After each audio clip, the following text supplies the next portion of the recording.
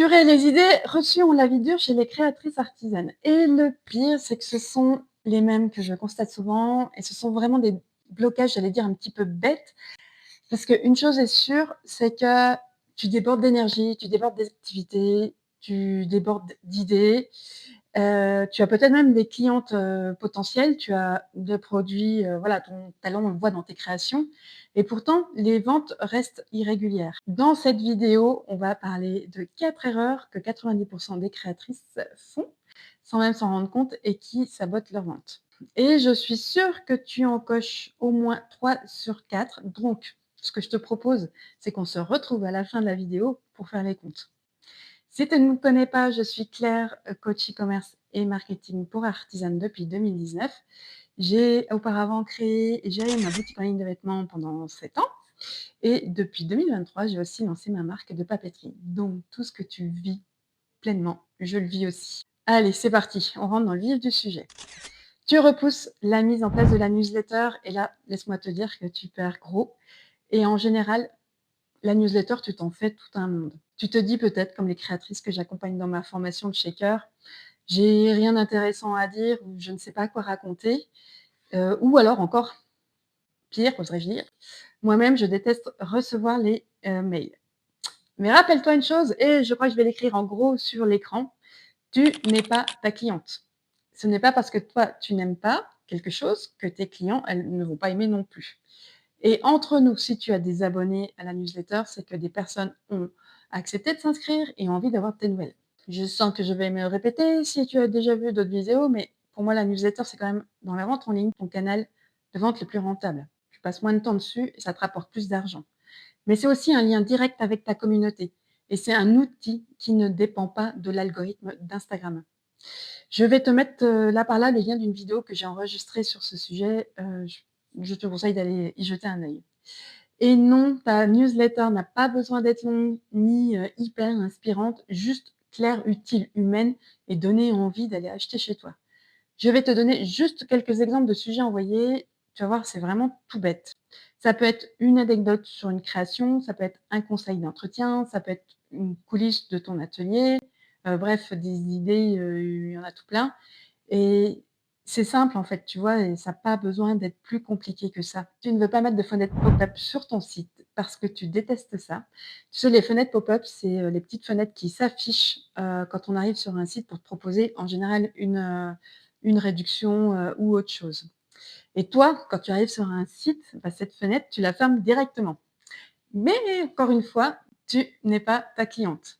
Il faut savoir qu'une personne qui va arriver sur ton site, elle va pas forcément acheter la première fois parce qu'elle va réfléchir, ce sera peut-être pas le bon moment, mais elle va vouloir comparer, et donc elle va repartir. Mais une visiteuse qui repart sans rien faire, c'est une clientèle potentielle perdue. Donc l'avantage du pop-up, c'est qu'il va te permettre de récupérer son adresse email et bah, de la garder au chaud chez toi pour lui envoyer des nouvelles et se rappeler à son bon souvenir. Et puis, un pop-up, ça a pas besoin d'être un truc hyper agressif.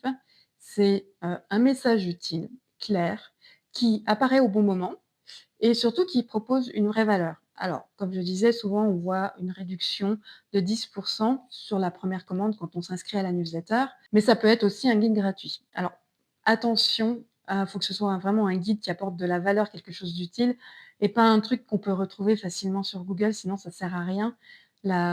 Tes clients ne voudront pas laisser leur email. Tu ne veux pas proposer PayPal pour éviter les commissions. Ça a été un grand débat avec les créatrices qui ont suivi le shaker, au mois de septembre et pourtant, oui, PayPal prend un pourcentage un peu plus élevé que Stripe, mais combien de ventes tu perds, sans PayPal? Certaines clientes, déjà, ne vont jamais sortir sur leur carte, qu'elles ne connaissent pas par manque de confiance. Mais avec PayPal, elles, se sentent déjà un peu plus, rassurées. En plus, PayPal, c'est quand même, faut le dire, assez rapide, c'est familier.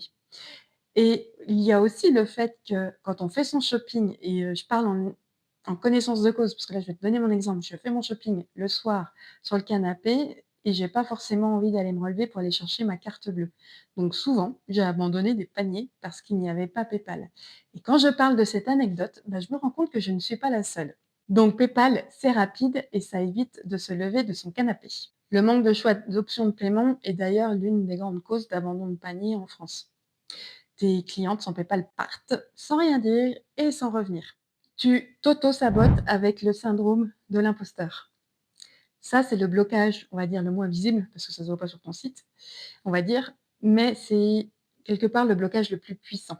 Et tu ne t'en rends même parfois pas compte du tout. Tu fixes des prix trop bas, tu restes flou dans tes textes, tu parles timidement de ton travail ou tu oses à peine en parler et tu te dis souvent: «Il y a mieux ailleurs, je ne suis pas légitime» et cetera. Mais si toi-même tu n'es pas convaincu, comment veux-tu que tes clientes le soient?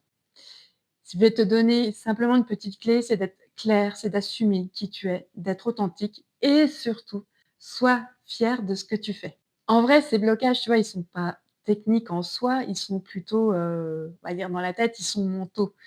Mais, la bonne nouvelle, c'est qu'ils sont aussi faciles à déverrouiller un par un. Alors, voilà ce que je te propose. Allez, je te mets au défi, je te propose le petit challenge du jour. Si tu as mis en place la newsletter, rédige un mini email à ta communauté pour leur expliquer ce qui se passe en ce moment. Mets en place un pop-up sur ton site ainsi que PayPal. Je dis toujours qu'il faut toujours tester avant de dire «j'aime pas» ou «je veux pas». C'est comme quand on dit, aux enfants, on ne dit pas «j'aime pas» tant qu'on n'a pas goûté. Ici, je te propose la même chose. Tu peux ne pas dire «je n'aime pas» tant que tu n'as pas testé. Et surtout, ne laisse pas le syndrome de l'imposteur prendre le dessus. On oublie le syndrome de l'imposteur en 2026. Dis-moi en commentaire quel est le blocage qui, à ton avis, te pose le plus de soucis ou si tu te reconnais ou pas du tout dans ces blocages. N'hésite pas, à liker et à t'abonner à ma chaîne pour suivre les prochaines vidéos, tout simplement. Ouais.